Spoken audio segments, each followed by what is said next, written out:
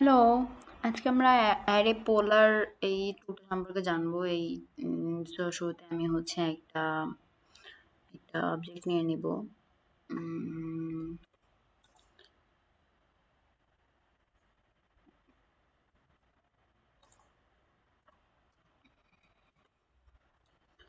শুরুতে আমি হচ্ছে একটা অবজেক্ট নিয়ে নিলাম, এটা একটা হাইট দিলাম।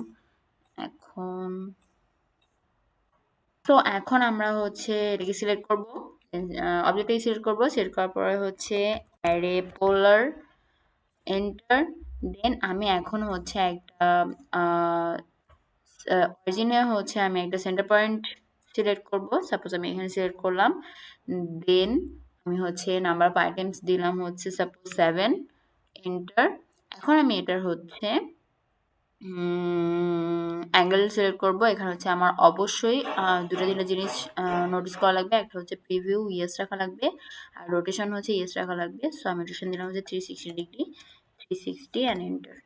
ইয়াস, ইটস ডান। এন্টার। শেষ।